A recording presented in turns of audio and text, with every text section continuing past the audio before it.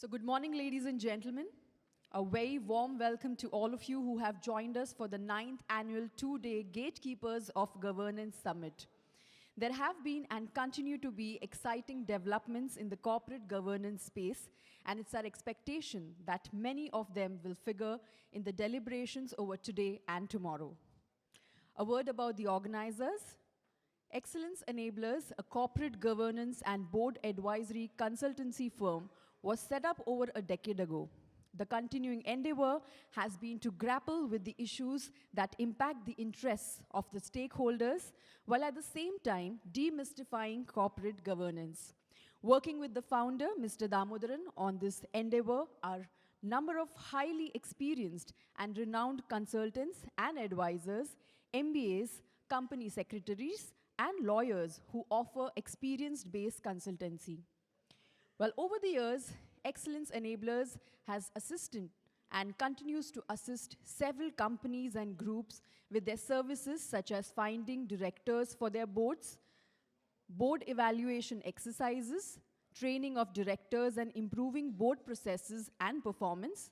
The collective experience and wisdom of the speakers and the members of the audience at each of the earlier 8 summits has helped to establish Gatekeepers of Governance as the premier annual corporate governance summit.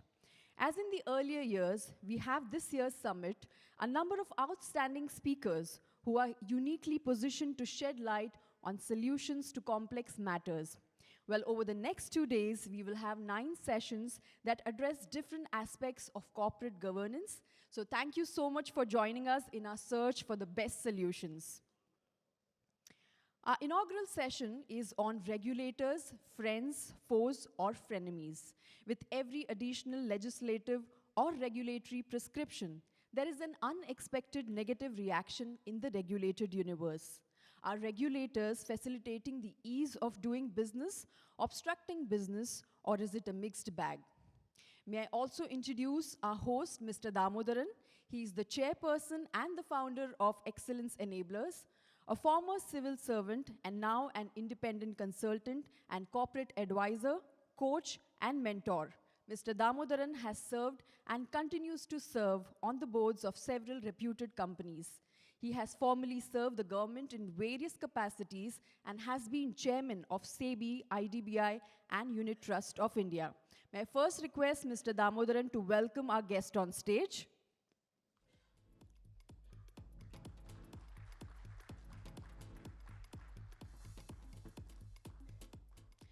Please welcome Justice P.S. Dinesh Kumar. He is presently the presiding officer of Securities and Appellate Tribunal, SAT. Well, prior to this assignment, he was the Chief Justice of Karnataka High Court, where he had been a judge for 9 years.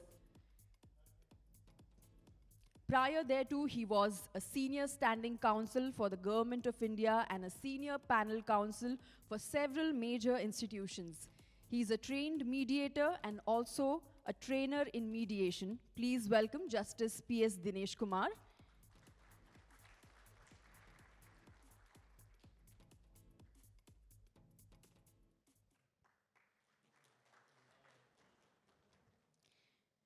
May I now invite Mr. M. Nagaraju. He is presently Secretary, Department of Financial Services, Ministry of Finance, Government of India. Prior to this assignment, he served as Additional Secretary in the Ministry of Coal, where he led the efforts to open up the sector through private commercial mining, leading to India reaching 1 billion ton coal production this year. He served in the Ministry of Finance as a director dealing with Japan, North America, and the World Bank Division. He was advisor to the executive director at World Bank in Washington, D.C. from 2008 to 2012. He's an alumnus of Harvard University, was a visiting fellow at the University of Pennsylvania, and a visiting research scholar in Stonehill College. He's a member of the Indian Administrative Services. Please welcome Mr. M. Nagaraju. Also, please welcome Mr. K. Rajaraman. He is the chairperson of the International Financial Services Centers Authority, IFSCA. As chairman IFSCA, he regulates the GIFT City, Prior to joining the IFSCA, he served as Secretary to the Government of India in the Government of Telecommunications, and under his supervision, the Department of Telecommunications successfully conducted the first ever 5th generation or 5G auction.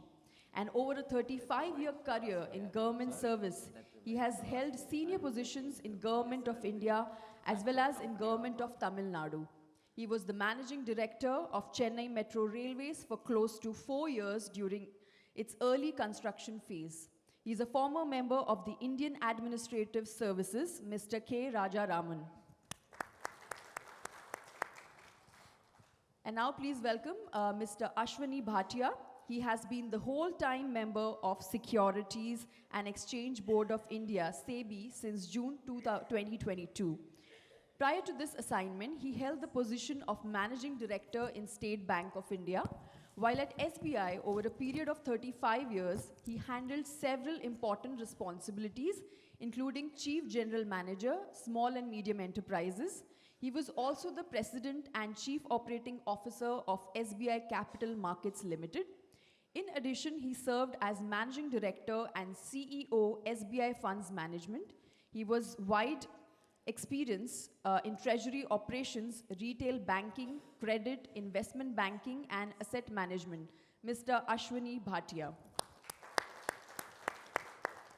May I now request Mr. Damodaran to make opening remarks and welcome all our guests and speakers. Over to you, sir. Thank you.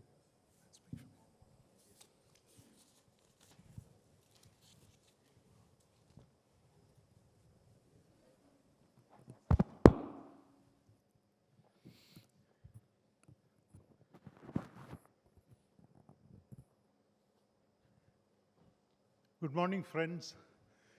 It's that time of the year when I am most happy to see a large number of friends, well-wishers, companions on a long journey so far, be with me at the inaugural session of the 9th Gatekeepers of Governance. Nothing can give me greater joy. We are distinguished panelists who are here on stage. They have been introduced to you. Let me just say this, that they're all busy people, have taken time out. In fact, Justice Dinesh Kumar has carved out time from his morning schedule. As soon as he finishes his speech, he will be leaving because he has to do other work, which is to administer the securities market and the jurisprudence in the securities markets. When we set out on this 11 years ago, we lost 2 years in between because of COVID. Nobody thought that this event would run for so many years. A number of well-wishers told me, you're barking up the wrong tree, this is not sustainable, you cannot have a corporate governance summit over 2 days. It used to be 2 days in the past. We've reduced it to 1.5 days to allow time for some of you to have an extended weekend so that the Friday afternoon you're able to go to your places where you can be free of the pressures of metropolitan life. So we made it 1.5 days. What kept us going is the unqualified, unstinted support that we've had from people like yourselves. Many people in this audience have been here, I dare say, over the 9 summits that we've had without missing a single one. We've had excellent support from corporate India because I think the sponsorships have been coming. Corporate governance is not the most exciting game in town. There are better things that can be sponsored, and yet when they get the requests to sponsor this summit, they very readily oblige. I don't think I've had to remind anybody that there is a sponsorship request pending with you. Why do we do this? We do this because we believe that there is a great case to improve governance standards in India. And the governance standards have improved. That's a good story. The not so good story is that it should have improved at a much faster pace. And therefore, while we are all a little, shall we say, anxious at the slow pace, we believe that steady growth is better than spectacular growth.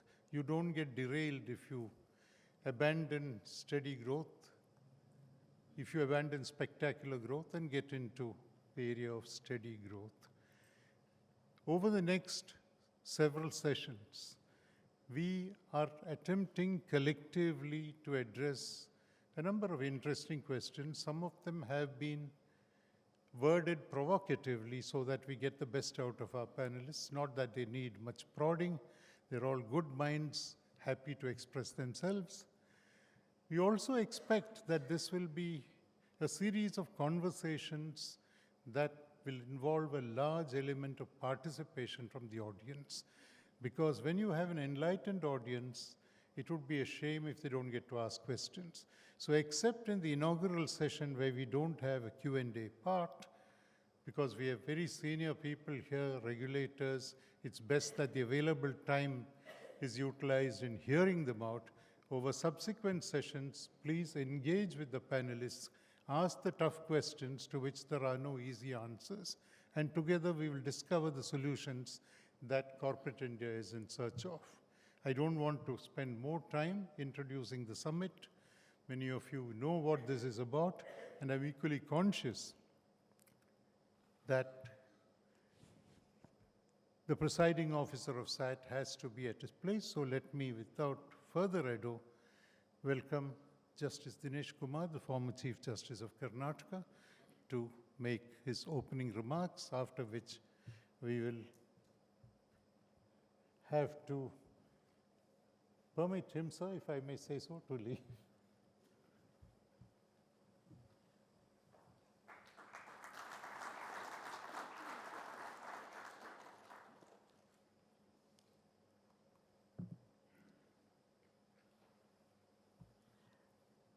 Mr.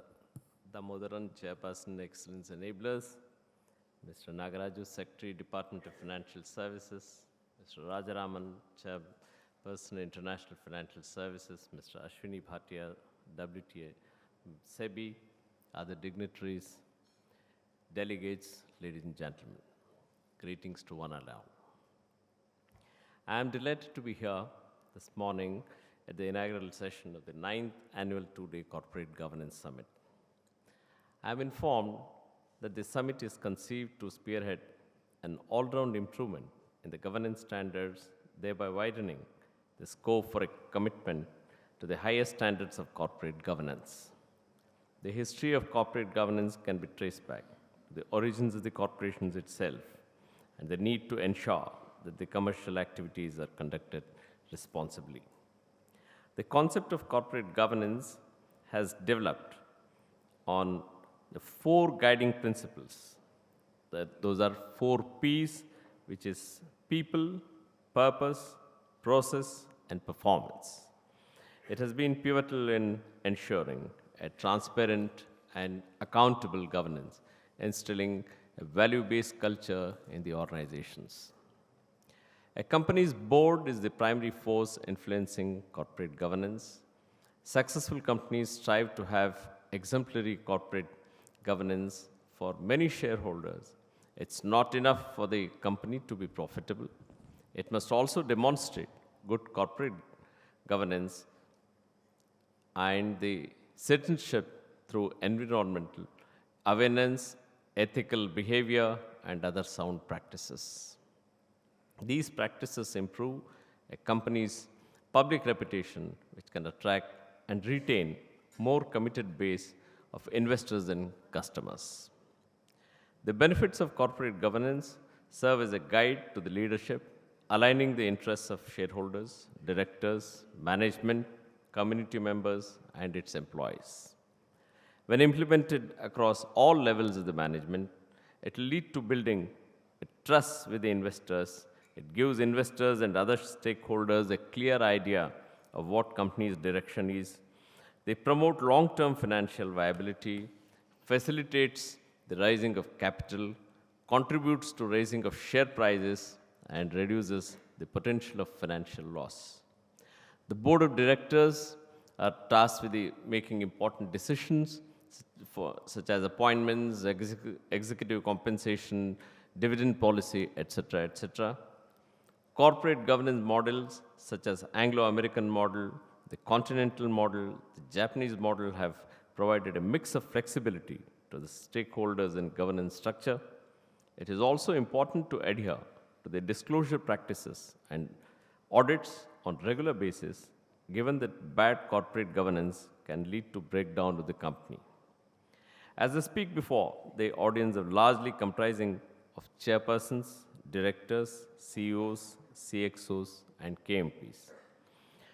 An important topic like regulators, friends, foes, and frenemies poses an insightful question which can receive a diverse response from the audience.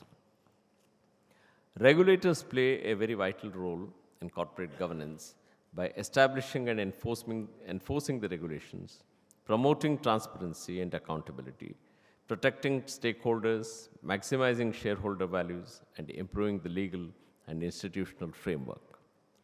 It has been observed that the regulatory actions are an effective deterrence against corporate misconduct and have significantly negative impact on company stock prices. The level of negative effect on the stock prices of the company is directly related to the severity of the regulatory charges, such as charges of fraud, payment default, etc., etc. The nature of regulatories may be irregularities may be financial or non-financial. And non-financial irregularities include failure to file financial statements, failure to disclose information, such as the shareholding pattern, etc. The corporate frauds can have a detrimental effect on the company's stock value, while financial misconducts are certainly more disastrous for the value of the company and other operational misconducts. Irregularities are also too critical. The regulatory environment in India consists of two major regulators. One is MCA and the other is the SEBI.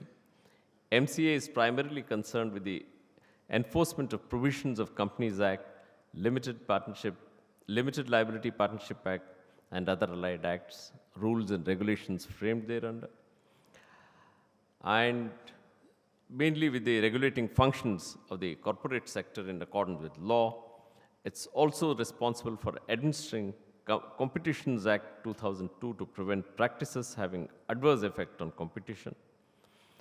Whereas SEBI was constituted as a non-statutory body in 1988 through a resolution of the Government of India and later established in 1992 as a statutory body. The regulatory actions with the SEBI dealing with issues directly related to the investor protection, such as fraud, cheating, default in payment, are certainly more critical in nature. Corporate irregularities not only diminish the shareholder value, but it impacts on the economy at large. The financial frauds mostly come at the expense of company shareholders and the lenders, such as banks and ultimately the retail depositors of the bank. Financial frauds of large magnitude will have major implications for not just for the shareholders, but of the company as also the other stakeholders, such as employees in losing their jobs, bankers having bad debts, suppliers losing their business, and the trade credits. When I was judge of the Karnataka High Court, I had an occasion to deal with a large default case in which I had dismissed a petition that was filed by one of the petitioners against whom a bank had issued a lookout notice. And it was a situation where a strong case was sought to be made out, saying that I have a right of traveling. And this is what I said.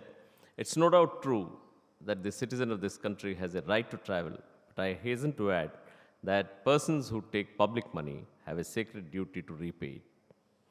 During the course of the hearing, I had called upon the banks to explain under what circumstances that they gave an exposure of about 2,800 crores.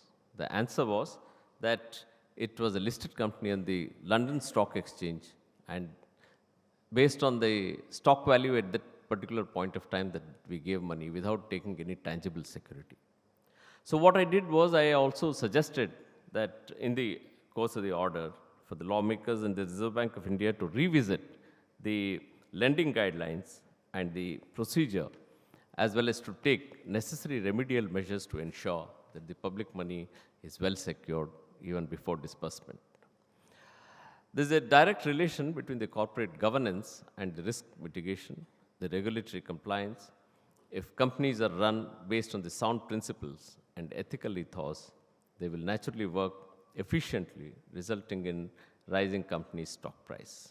At this juncture, about 100 years back, what Lord Lindley said, more than 100 years back, precisely in 1899, in nitrate company's case, Lord Lindley said this, and that was reiterated and quoted with approval by Lord Romer in 1925. This is what Lindley says. If directors act with their powers, if they act with such care as is reasonably to be expected from them, having regard to their knowledge and experience, and if they act honestly for the benefit of the company, they discharge both equitable as well as their legal duty to the company. Ladies and gentlemen, it's such a great pleasure to be here this morning. I would have loved to spend some more time, but for the responsibility that I have to start the tribunal in a little while from now. Thank you very much. I wish this summit a great success and thank Mr. Damodaran for having invited me for this function. Thank you for your patience. Thank you, sir. I'll send somebody.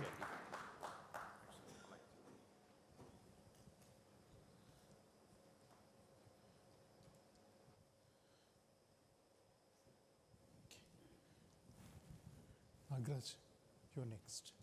Come, come.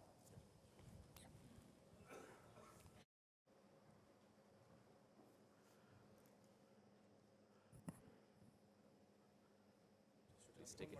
Mati. What wish, sir? Good morning, ladies and gentlemen.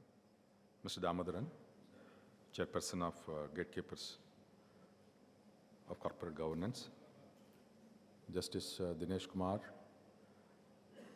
Mr. Rajaraman, Chairman Gift City, Mr. Ashwani Bhatia, whole-time member SEBI, all distinguished participants.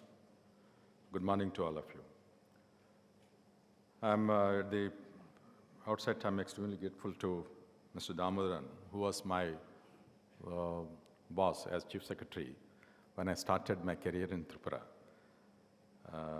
long time ago in the civil services, to speak today at this esteemed conference on corporate governance on a topic, in his own words, a provocative one. And it really got me thinking, given that the financial sector has been witnessing an ever increase in regulations in recent decades due to uncertain world. Let me also place on my record my appreciation and also congratulate the gatekeepers for organizing corporate governance summit regularly for the last 11 years. In today's business environment, characterized by the need for transparency and trust, good corporate governance is essential for a business to succeed. For a nation like India, considered a sweet spot among the global investor community, it is crucial not to undermine the role of corporate governance at this critical juncture of growth acceleration. Corporate governance impacts entire corporate ecosystem. The rules, the practices, the processes by which a company is directed and controlled. It involves balancing the interests of multiple stakeholders, including shareholders, management, customers, suppliers, financiers, governments, and the community. Effective corporate governance ensures accountability, fairness, and transparency in a company's relationships with all its stakeholders. According to the Basel Committee on Banking Supervision, the quality of governance and the management is probably the single most important element in the successful operation of a financial institution. Let me share some thoughts on how corporate governance plays a dynamic role. A regulator acting as a watchdog or guardian to protect the interests of various stakeholders, who plays the role of a friend. As a watchdog, regulator ensures that the advantage of robust corporate governance in the form of increased trust it builds among the both local and international investors is enjoyed by the company. You all agree with me that companies adhering to the high standards of governance have been able to secure substantial investments, crucial for growth and expansion. Trustworthy governance practices enhance the reputation of companies, making them attractive to global investors. Coming to the banking sector, it is well understood that the safety and the soundness of the banking system depend critically on effective corporate governance, which helps build an environment of trust, long-term stability, and business integrity. Banks, being the most leveraged entities, do business on trust equity. Corporate governance promotes ethical business practices. Companies that implement strong governance structures are less likely to engage in fraudulent activities or unethical conduct. As a policymaker in the BFSI sector, the Department of DFS, and along with the RBI as a regulator and supervisor, have been proactively engaged in implementing several measures to ensure sound corporate governance in the banks as well as NBFCs. Leadership and governance in banks have played a vital role in the nation's progress and drive sustainable growth and a resilient, stable, and inclusive financial system. Corporate governance practices foster a healthy and transparent relationship among various stakeholders of a company, facilitating the establishment of sustainable businesses. Regulation plays a crucial role in reinforcing the culture of corporate governance within a company. To sum up, as a friend, regulator ensures good corporate governance can transform businesses and leave a lasting impact on all stakeholders. Some of the benefits of a corporate governance include stakeholder trust. Effective corporate governance has a direct impact on financial performance and shareholder value. When companies religiously follow good governance practices, it becomes easier for them to navigate the ever-changing business landscape. It fosters positive corporate culture by promoting fairness, transparency, and accountability throughout the organization, inspiring employees to uphold the highest ethical standards. And finally, companies that prioritize good corporate practices become responsible corporate citizens. Let me also think how corporator can be perceived as a foe.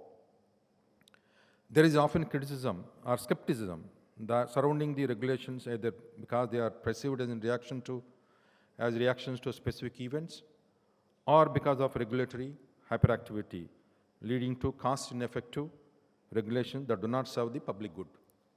In a globally interconnected financial system, where risk of contagion is very high, the proactive measures by the regulators, though hurts business in the short term, but insulates them against global meltdown. However, we all should remember what Sir Winston Churchill once said: if you make 10,000 regulations, you destroy all respect of law. One of the foremost bitter experiences the companies have with the regulators are the challenges of rising compliance cost. While corporate governance is undoubtedly beneficial, the associate cost can be substantial, particularly for smaller entities. The problem of missing middle in the MSME segment is partly attributed to tight regulatory environment and heavy compliance and administrative expenses.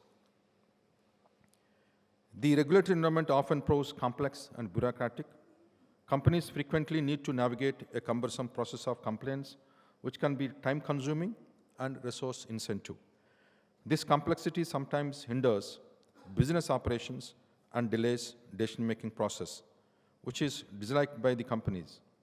India has been working constantly to improve the system by making the approval process fully digitized and time-bound. Another area of discontent is that most governance standards are mandated rather than discretionary or optional. In a response, the recent reforms undertaken by the government have smoothened the compliance process, which is acknowledged as a step in the doing business. Many believe that minimum regulation is the best way to foster growth, but history is full of examples where minimal regulation coupled with the lenient supervision and restrained enforcements often led to financial crises. Extremes are always challenging and often painful. Balancing between both is essential for healthy growth of the system. Striking right balance between appropriate and excessive regulations is not only required, necessary, but also an art. The regulator should have autonomy and be independent, ensuring its freedom from regulatory capture, where a few regulated entities try to influence the regulator. At the same time, coordination among different regulators is a must to avoid regulatory competition, where a certain regulator overreaches in the business of an entity which is beyond its purview.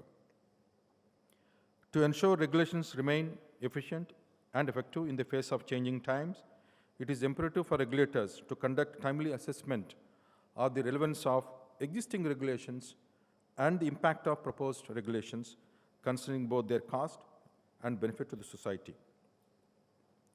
The far more negative consequences of excess compliance sometimes paralyzes the financial system, as excess regulation results into excess risk aversion among lenders. Additionally, compliance should not overshadow the importance of the risk management and the vigilance functions in organizations. For regulations to be relevant and cost-effective, there should be a proper regulatory impact assessment mechanism on the compliance burden. To harness the full potential of corporate governance, Indian businesses must view it as an important, integral part of their strategic vision. By embracing governance not just as a compliance requirement, but as a core component of their business philosophy, they can drive growth, foster innovation, and contribute to the broader goals of economic development and social responsibility.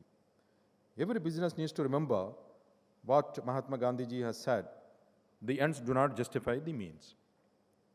Consultation among regulators and lawmakers is vital to eliminate inconsistencies and ambiguities in provisions that could confuse compliant corporate entities and create loopholes for exploitation by the less well-intentioned parties. Now, let me touch upon a myth where we sometimes hear in India that regulation is not ownership neutral. The reforms undertaken by the government in the last few years have ensured that regulations are ownership neutral in the country. Government-owned entities, while competing with the private companies, are treated equally, and the government ownership does not act as a hindrance to their legislation. The government ensures minimum government and maximum governance to create such a system where administration and good governance are run without unnecessary interference. Today, public undertakings contend with audit by the CAG as well as Central Vigilance Commission, in addition to oversight by administrative ministries and also regulators. Sometimes which can be perceived as over supervision and over control. It is critical to evaluate the overall cost and benefit of compliance to society. Regulatory oversight should not stifle innovation in the corporate sector. The societal cost of compliance should not outweigh the benefits conferred by prospective regulations. Capacity building within the regulatory organizations, in line with the size and complexity of the regulatory entities, is also very, very, very important. Let me reiterate Mr. Damodaran's famous line: good corporate governance increases the value of the company and enhances returns to the shareholders, which is known as governance premium, as opposed to governance discount. So let us take a vow to achieve our highest level of governance premium on an ongoing basis.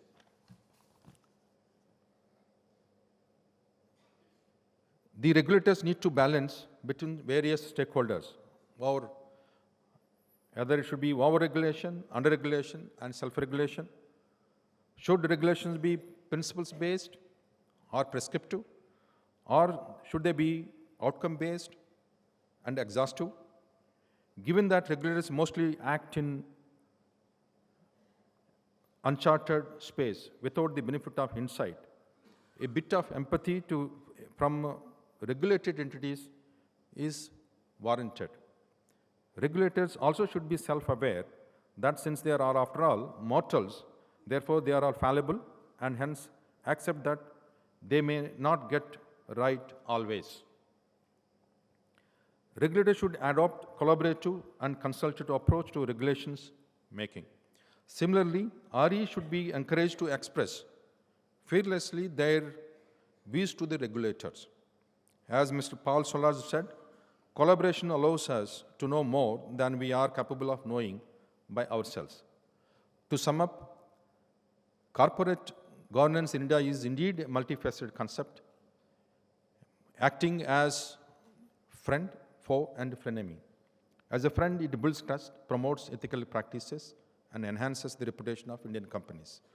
As a foe, it imposes complaints, costs, penalties, and administrative challenges.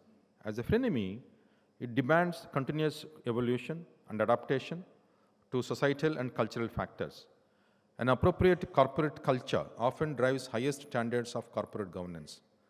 My strong belief is that with increasing maturity in both the regulatory organizations, and the regulated space, governance in the country will be driven by trust rather than the excessive prescriptions. Let me end with an interesting quote on banking sector regulations by Walter Bagot. Adventure is the life of commerce, but caution is the life of banking. Once again, I thank Mr. Damodaran and the gatekeepers for inviting me to speak on this topic, and also to all of you for giving me a very patient hearing. Thank you so much.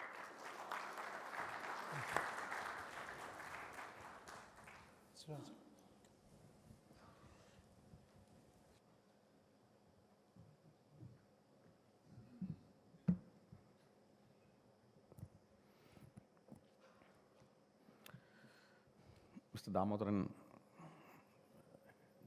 the former SEBI chair and chief secretary and whatnot thing. So, Mr. Nagaraju, dear friend and Secretary Financial Services, Mr. Ashwani Bhatia, whole-time member of SEBI, Justice Dinesh, who could not be here, and distinguished participants in this workshop.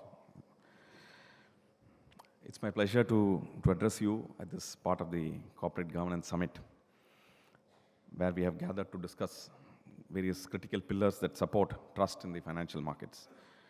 Today's topic, regulators, friends, foes, or frenemies, is particularly relevant when viewed through the dual lenses of protecting the integrity of the markets and promoting ease of doing business. We are in a very interesting time when, after all these years of existence, India is at the forefront of a variety of things. We have completed 75 years of independence. I think we are in the 77th year, perhaps. We have done extremely well as a democracy. Our democracy is an example, I think. I always say that if you want to do anything to scale, I think then you have to be in India, and that includes democracy as well. Our elections are really how democracy can be taken to scale with use of technology, and at the same time ensuring that there is trust and confidence in the democratic markets. So we have various examples of how we have surmounted challenges, not only in the financial world, but also in the social sector, in the economic sector, and so on and so forth. The last 25, 30 years have been particularly remarkable for India because of the waves of liberalization that have gone through various sectors of the economy and governance included. Various changes have actually come here to stay, including things like ease of doing business, removing bottlenecks in the way of Indian and domestic and foreign investments, and so on and so forth. But the last 10 years have been even more critical in the sense that, especially for the financial markets, in the sense that I would say that very deep and deep structural reforms have been undertaken which have left a permanent mark on the way forward for us. Things like flexible inflation targeting, cleanup of the financial sector institutions and the governance of the financial sector institutions, and the laws that govern the corporate financial markets, etc., have actually changed the way in which I think the entire financial sector has been architected. The introduction of the Insolvency and Bankruptcy Code, strict asset classification and provisioning norms, all this have ensured a greater amount of discipline in the corporate world. Today, nobody goes to the banks for taking a loan just for the sake of taking a loan. People have started deleveraging and started using other forms of capital to ensure that I think they are able to manage affairs in a compliant manner. A lot of very foundational things have also been done, including financial inclusion reforms. I think India is a very large country, and the development process has to actually include the bottom of the pyramid in the process of growth. It is not enough that the pyramid gets taller and taller with increasing amounts of inequality. It is also important that the bottom of the pyramid also moves and becomes upwardly mobile in the economic journey. So financial inclusion reforms which have been undertaken by the Government of India have actually ensured that the bottom of the pyramid is now integrally part of the formal financial ecosystem. And tomorrow, I think as we go into the next 25 years, we will see that the bottom of the pyramid playing a very important role in the process of development. While we do all of that, I think it's very important that we keep in view what we need to do in the next 25 years. The Honorable Prime Minister of India has been talking about it since 2022 on how India needs to architect a journey towards 2047 to become a developed country. A lot of very foundational things are being done, which include very deep reforms, including replacing the aging legal architecture, regulatory architecture, with modern architecture that actually is fit for the modern world, fit for the 22nd century. For instance, I used to be the Secretary of Department of Telecom till last year. We used to be governed by a law called the Indian Telegraph Act of 1885, a 140-year law, which did not have the word spectrum in any of the sections of the law. And we were merely auctioning spectrum worth billions of dollars, every year without legislative sanction. So I had the duty of replacing it with a new act, and had the opportunity to draft the Telecom Bill of 2023, which became finally an act. So every ministry of the Government of India is today looking at how to replace these aging laws with modern laws, which actually are in tune with how business gets done in the 22nd century, how technology acts in the 22nd century, and so on and so forth. So it's very important that the process of corporate governance is founded on proper laws, So the laws that are fit for the kind of technology, the kind of businesses that get done, and for the kind of market preferences, the kind of consumer behavior, and so on and so forth. So therefore, it's very important that the legal architecture today is completely redone, and that is work in progress. The 2047 journey will require a lot of heavy work, heavy lifting, including replacing a lot of these aging regulations, aging laws, aging processes and practices with modern ones which actually are enable the businesses to conduct their businesses in a cost-effective manner, and at the same time ensure orderly functioning of the markets. So amongst the various reforms that the Government of India have done, which includes a variety of financial sector reforms, etc., one of them was to set up the International Financial Services Center in the GIFT City, Gujarat. This is a global offshore platform which is onshore, and it's a piece of foreign territory for the purposes of foreign exchange, and functions pretty much like a piece of foreign territory for various purposes, though it is under the Constitution of India. So today, I think a lot of corporates who used to go abroad for a variety of things to raise corporate finance or to raise trade finance or to hedge themselves or to do a variety of other things, including do international insurance or invest in global capital markets, etc., etc. All of these are now possible to be done through GIFT City. Corporates do not go to Luxembourg to issue bonds. I mean, I think they issue them. Most of them issue in the GIFT City international exchanges. There are international banks in GIFT City which offer a variety of products, some of them which are not available in the domestic market as well. Things like acquisition financing, leveraging for hedging for the hedge funds, and so on and so forth. A variety of products which normally are not available in a domestic setting. So the work of a regulator today, I think, in a globalized financial market is actually complicated by the fact that one needs to contend not only with domestic market practices, but also international practices. With large alignment of global financial market practices happening because of the interconnectedness of markets, it is very important for all regulators to take note of that and ensure that the regulatory architecture actually is fit for such kind of interconnectedness which exists in increasing measure with the international markets.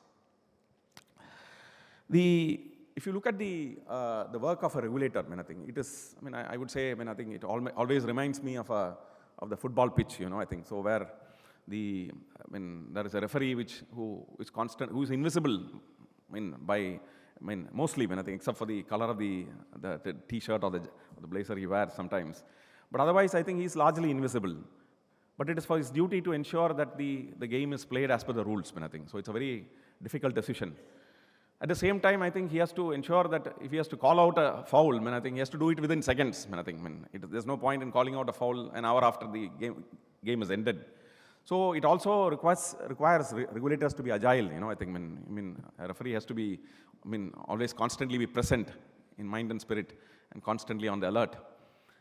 So this game, I think, which is is getting complicated by the day. I think. While we do that, I think a regulator also has to be like the seasoned FIFA or the referee who is on the pitch. I think one can understand if the rules of the game keep changing while the game is in progress. Then obviously, I think there is a problem. I think so. It is also important for the referee and the managers of the regulation to ensure that I think there is stability and certainty for the people who play the game. I think it's very, very important. So it's a very balanced approach to regulation that is required all along. So therefore, in my view, it is very important for regulators to actually put themselves in the shoes of the corporate world as well, to understand their mind and their thinking and ensure that regulation plays that balanced role of ensuring fairness and integrity in the marketplace. Let me also say that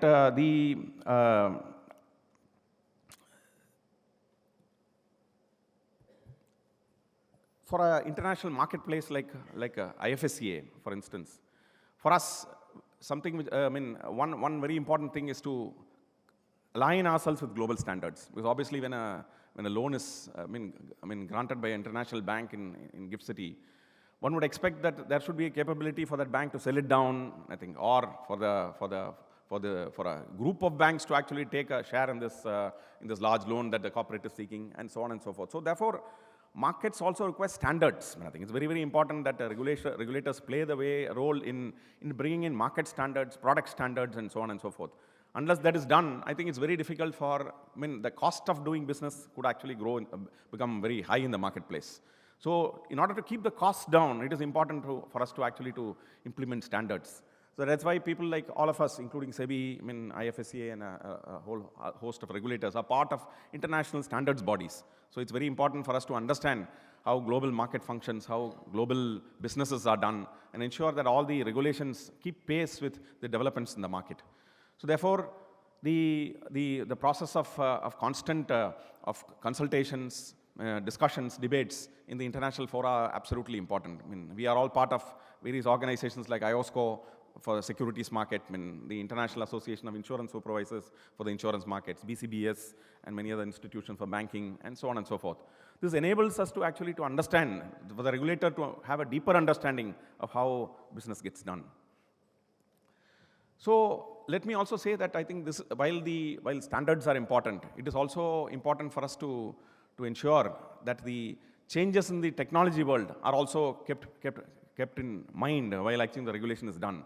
Today, I think in the securities market with practices like algo trading and high-frequency trading and a variety of other practices which prevail, a regulator cannot afford to remain blind or ignorant of these practices. So it's very important for our regulators to also get a technology upgrade, so to understand how business is conducted in the market.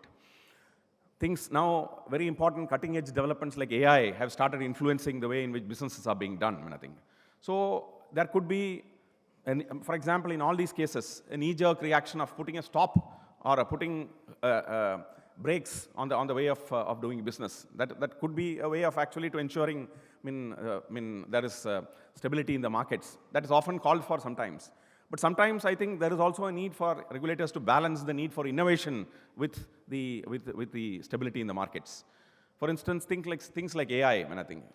One could easily issue a variety of circulars saying that how AI should be used by various market participants. But then I think it would actually put a brake on on innovation. So therefore, it is a very balanced approach that is required to ensure that while the rules of the marketplace are not broken and they are honored, it is at the same time, I think there is an option available for people to use technology to actually benefit the people in a fair manner, I think. That's very important, I think. So therefore, it is like for instance, in the AI world, today, I think many jurisdictions like the European Union have gone ahead and have enacted legislations, I think. So that comes from a position of extreme conservatism. Well, there are some markets like the US, for instance, which have not done anything about AI. I think it's probably a free market with probably only the principles of the market regulation which actually address the use of technology in markets. So therefore, I guess there is there are in this continuum of regulation, there exists a variety of strategies which have been followed in various jurisdictions, and therefore it is very important for you to understand the context in which I think you are actually doing the regulation. Perhaps in a market like India, domestic India, for instance, where there are people with various levels of literacy, it's very important for the regulator to be a little more proactive than maybe in a market like the US, where probably there is a larger amount of greater understanding, greater levels of education, and so on and so forth. So therefore, regulation is, I would say that it is not something which is one size fits all, I think. So that is also a problem. While we are talking about standardization, there is also an element of customization based on the jurisdiction, the context, and the markets in which I think the regulator functions. So I will end here. It's a very interesting topic. I think there are no easy answers to this question Mr. Ramodaran has put on the table. I think so, very rightly so. I think, in my view, I think a regulator is always a friend. I think. Let me put it this way. I think he may be like the tough headmaster in the schoolroom or in the classroom, actually, calling the class to order. But in my view, the regulator always is a friend because, in my view, sometimes corporates in the frenzy to do more business sometimes end up doing things which are probably a little adventurous. The regulators always, I think in my view, want while I'm no advocate for regulatory overreach, I will always say that I think the regulator wants your businesses to be sustainable, the corporate business to actually sustain any shock that may happen, I think. So the shocks can be endogenous, shocks can be exogenous, shocks can come from other jurisdictions. So therefore, the businesses need to be aware that I think building a resilient business is absolutely important. It is not just enough to you build a big business. It's necessary that the business is able to withstand shocks. So therefore, caution and ensuring that the right controls are available in a corporate is absolutely important, and corporate governance is the way forward.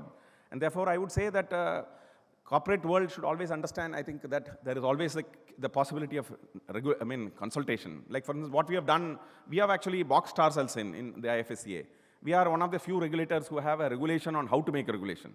We have actually a regulation which tells us that we can't make a regulation unless we consult the market and put it out to the market for, even the drafts which we make are put out to the market for final consultation and remarks. So I believe that while regulation is absolutely important, it must be done with the highest degree of what do you say, caution and with the consideration that the market out there can actually be negatively impact if you make it the wrong way, I mean, I think, and in a wrong way. So therefore, it's very important for regulators to actually understand that balance and ensure that we keep that in mind always when we make regulation.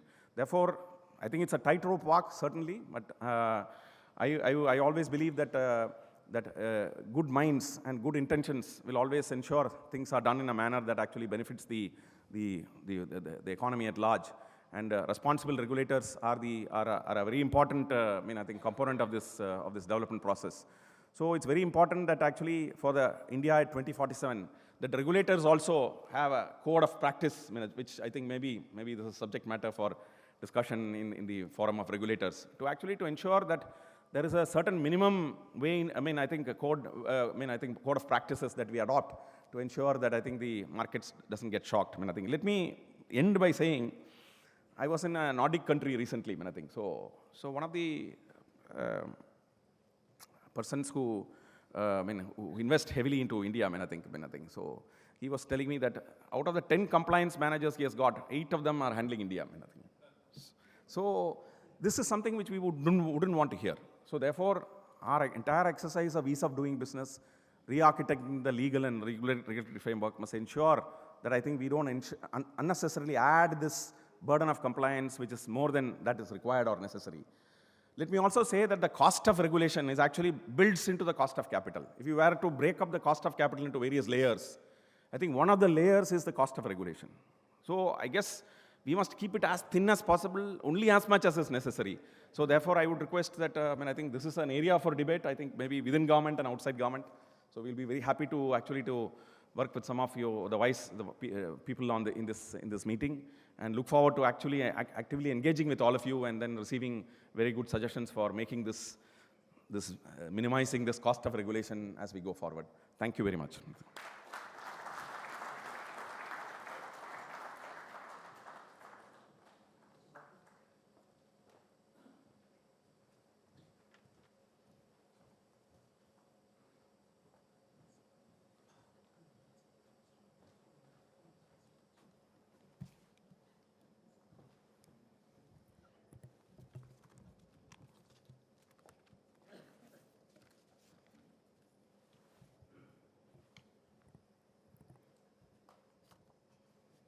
Mr. Damodaran, Chairman of Excellence Enablers, Mr. Rajaraman, Mr. Nagaraju, in absentia, Mr. Dinesh Kumar, delegates, ladies and gentlemen. I'm grateful to the Excellence Enablers for providing me with this opportunity to be one of the speakers at this year's Gatekeepers of Governance Summit. Established in 2012, Excellence Enablers has evolved as a leading advisory firm in corporate governance. I personally look forward to reading their monthly bulletins, which provide perspective that is so relevant to our markets. This summit is being conducted at an opportune time. Earlier this year, India became the 4th largest market in terms of market capitalization. As I speak, the market capitalization is around $5 trillion after having touched $5.5 trillion a couple of months back. I'm delighted to be here amongst esteemed colleagues to provide my views on this interesting subject matter, are regulators foes or frenemies of the market?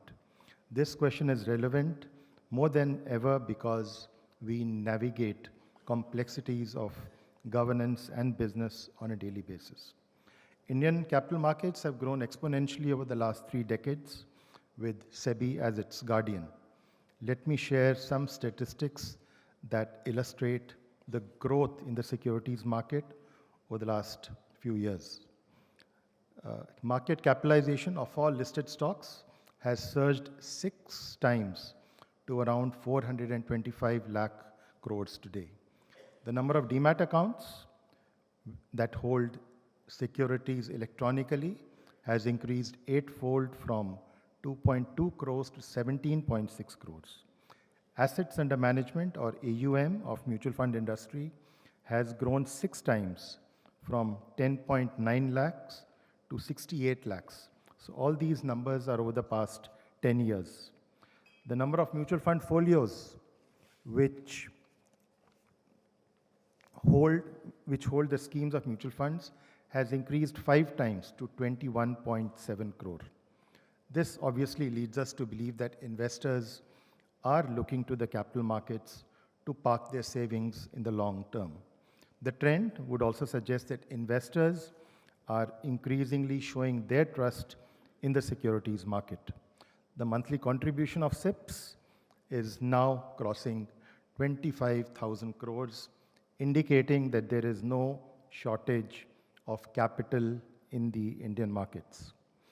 Globally, and these numbers are important, in the primary issuance space, we are a standout exception.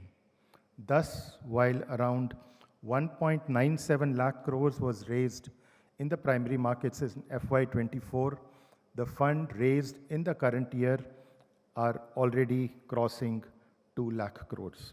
This is something we need to be proud about. I love to use the word serendipity.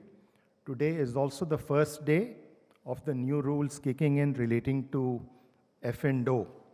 Now, all of us know that 80% of the global volumes in F&O happened in India.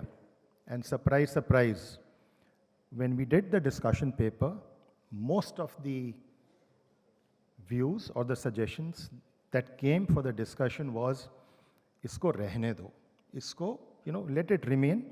It was as if they were dying to lose money, especially after the fact that we had come out with data to show that 93% of people made losses. So let's see how this moves from here.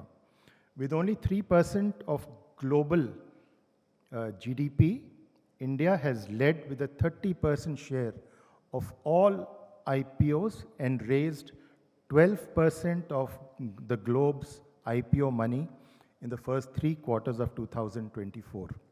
The Economist magazine has rightly called the Indian stock market as the largest ever experiment in participatory capitalism. These numbers give us a glimpse on how the Indian securities market has grown, creating wealth and opportunities for millions of investors, businesses, and the economy. As more money and small savings enters the capital markets, it's important that promoters, directors, and senior management of listed entities discharge their roles and responsibilities to ensure efficient capital formation in the securities market. There is therefore a shared responsibility of stakeholders, including SEBI, to ensure that markets are transparent. I now come to the topic of this morning's discussion. Regulators, are we friends, foes, or frenemies? Yes, friends and foes can exist in various contexts. In international relations, you have countries with conflicting interests, yet they maintain diplomatic relations and cooperate on select issues. At the workplace, colleagues with differing opinions or competing goals work together. In personal relationships, individuals maintain relationships with those who share common interests and conflicting values. And of course, there are plenty of historical examples. The Cold War era diplomacy between the US and the Soviet Union, ancient Greece, Athens, and Sparta had periods of cooperation. The factors that facilitate coexistence include mutual benefit, pragmatism, diplomacy, tolerance, and of course, you remain common enemies at the same time. In capital markets, we do coexist. We have no other choice. A true friend accepts who you are, but also helps you become who you should be. The regulator acts as a friend by providing a framework within which businesses can operate safely and fairly. The primary goal of a regulator is to ensure fairness, safety, compliance. They act as guardians of public interest, protecting consumers, society, and the economy from potential abuses and malpractices. SEBI ensures the stability of the securities market by setting standards and enforcing compliance, thus maintaining trust in markets and institutions. From the industry side, it is important that the companies which come to the markets for raising capital are willing to share benefits with other shareholders and investors and uphold their rights as shareholders. Listed entities should not be looking at the short term alone. There is ample long-term and patient capital waiting in our economy, and companies need to adhere to corporate governance norms in letter and spirit. There is no case for profit mine, losses yours. The board of directors, particularly independent directors, have a very important role in keeping the best interest of the listed entity and the shareholders. The directors must ensure that companies do not become personality driven. If a CEO or a promoter is strong, boards need to be much stronger. And the boards should not become a proxy for the management. Regulators, whether they are perceived as foes. So the saying goes, a man without enemies is a man without qualities. Often, regulators are perceived as foes, unwelcome guests. Industry often views regulatory requirements imposed on them as burdensome, adding to cost, which stifle innovation. At times, complexity and rigidity of regulations can hinder growth and competitive. I agree with what Mr. Rajaraman said here. For example, stringent corporate governance and disclosure norms might increase operational and compliance costs and discourage companies from getting listed. In such cases, the relationship between regulators and businesses can become adversarial. However, the companies should take into account that better governance leads to a governance premium that finally benefits shareholders.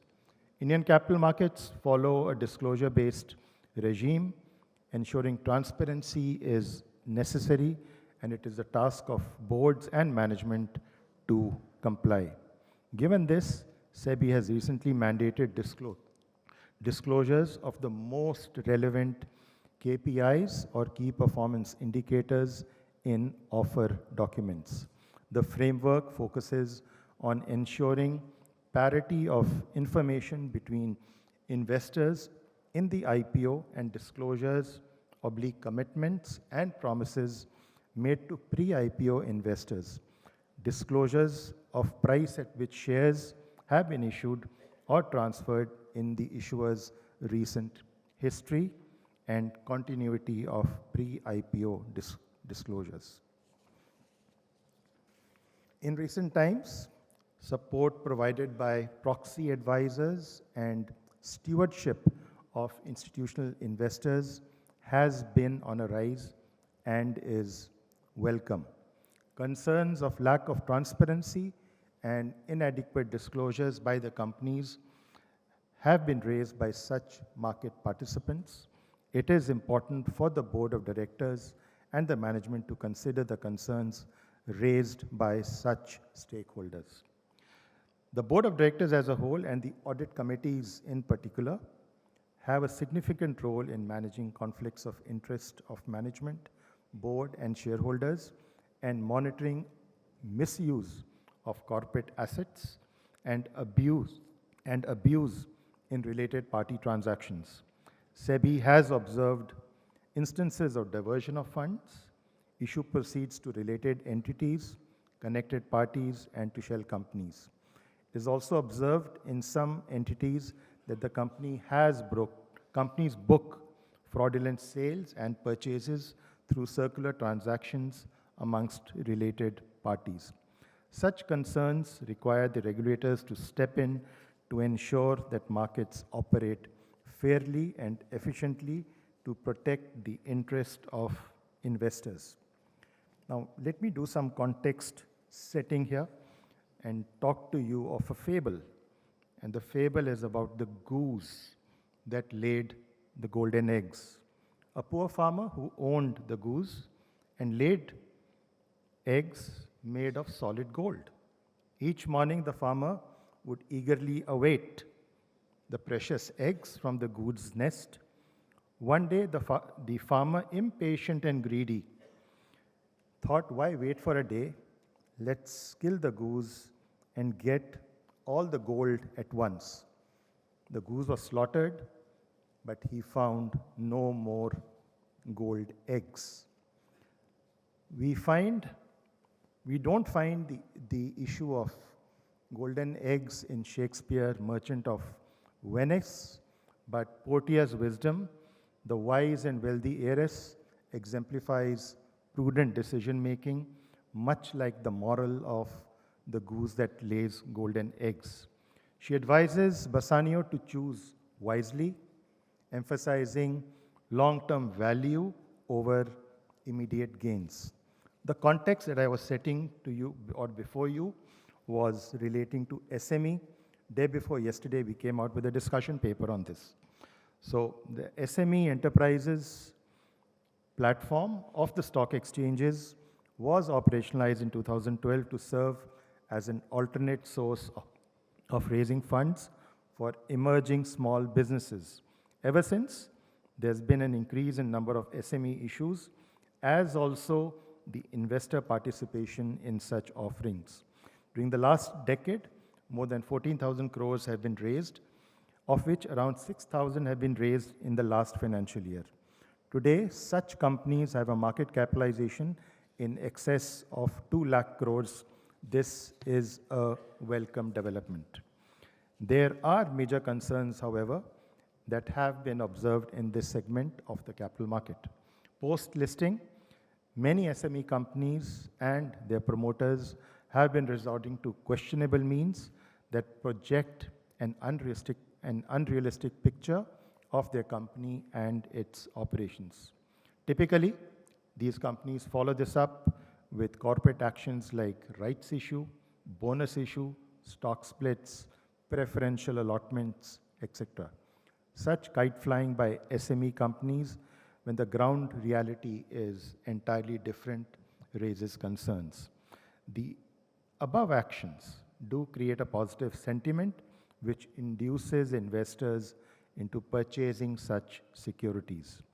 This also simultaneously presents an easy opportunity to the promoters to offload their holdings in such companies at elevated prices. The quest for market capitalization should not end up as a race to the bottom. As an example, we recently had to postpone one IPO, and the facts I can share with you here. 31st of March, the capital was 1 lakh rupees.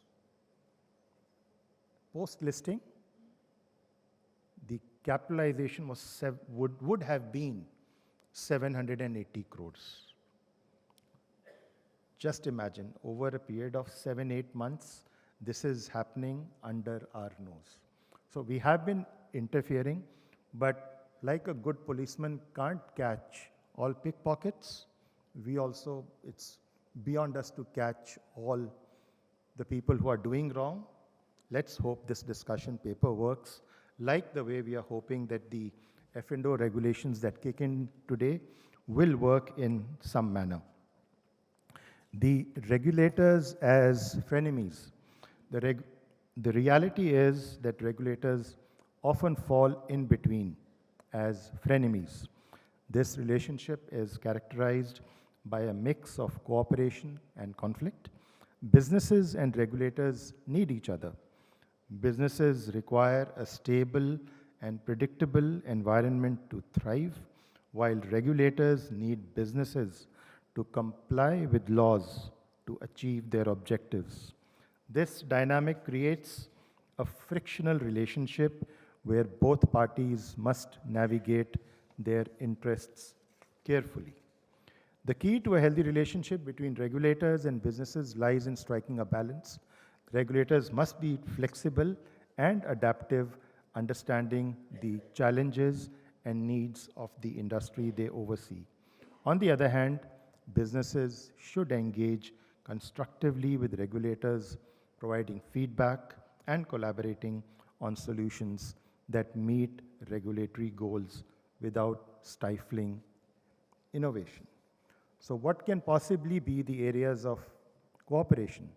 Market surveillance. Regulators monitor market activity. Market players provide data. Risk management. Regulators set guidelines. Market players implement risk controls. Compliance. Market players adhere to regulatory requirements. Investor protection. Regulators enforce safeguards. Market players implement best practices. Market development. Regulators facilitate innovation. Market players provide feedback. There could be areas of conflict as well. The regulatory burden. Market players may resist stringent regulation. Compliance cost. Regulators may impose cost. Market players absorb expenses. Competitive advantage. Market players seek regulatory loopholes. There's information asymmetry. Regulators require transparency. Market players may withhold information. Enforcement actions. Regulators impose penalties. Market players contest or comply.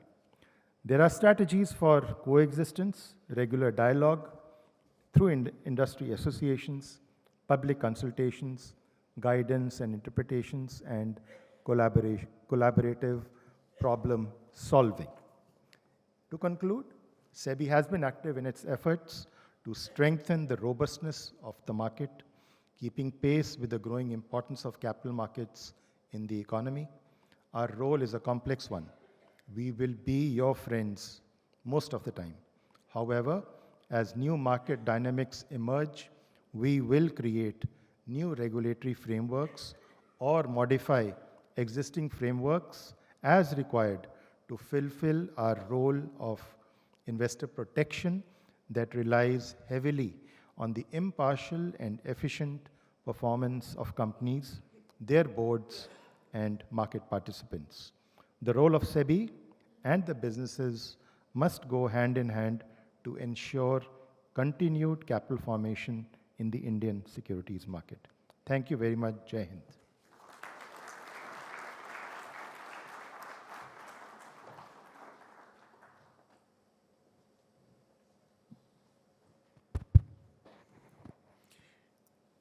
Thank you, gentlemen, for those very positive and encouraging comments.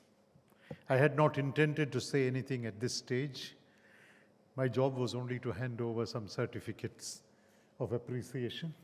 But because of what I heard, I thought I would impose on you for the next minute and a half. What I notice is that regulators, if these three gentlemen represent regulators, I think we have a great game going. People with their hearts in the right place, people who mean business but don't intend to obstruct business. And I think that is the huge positive takeaway for me. I was delighted when Mr. Nagaraju said, you don't need more regulations. I recall a former chairman of SEBI 17 years ago saying much the same thing. But it didn't get repeated too often in the 17 years till I heard him say this time. Right? I was delighted to hear the reference that Mr. Rajaraman made to the game of football, soccer for my US-based friends. Right? My only request is don't blow the whistle too often and don't put your hand at every opportunity into the pocket to fish out the red card. If you don't do both these things, I think the game will go on reasonably peacefully. And as for Mr. Bhatia, thank you very much even for those references to Shakespeare. Whenever I have a problem, I find the solution in Shakespeare because the man seems to have known it all, anticipated all problems, and, and you rightly referred to what Shakespeare said. I think it's very positive for me that none of you, or for that matter, even Justice Dinesh Kumar, skirted the question. I intended it to be provocative, but I think you've addressed it frontally. Thank you very much.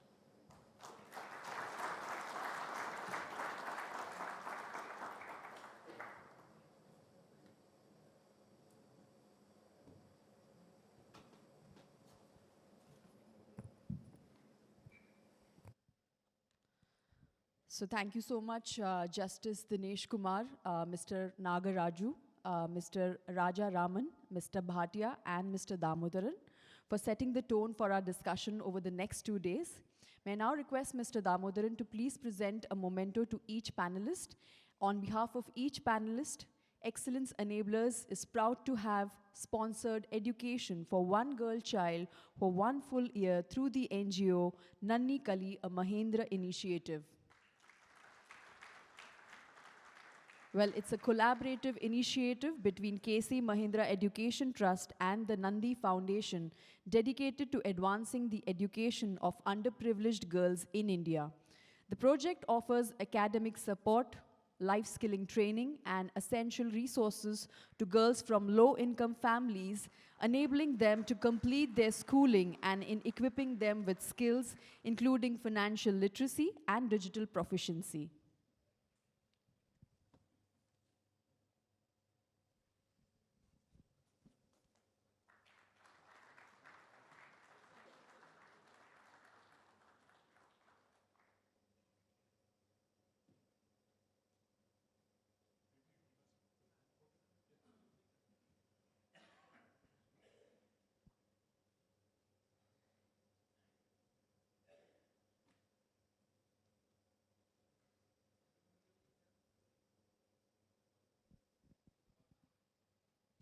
Once again, thank you so much all the panelists for that insightful session, and thanks Mr. Damodaran for doing the honors. We now have a short tea-coffee break. We have running tea and coffee services available outside the hall. I urge you to take shorter breaks so that we can start our next session on time. Thank you.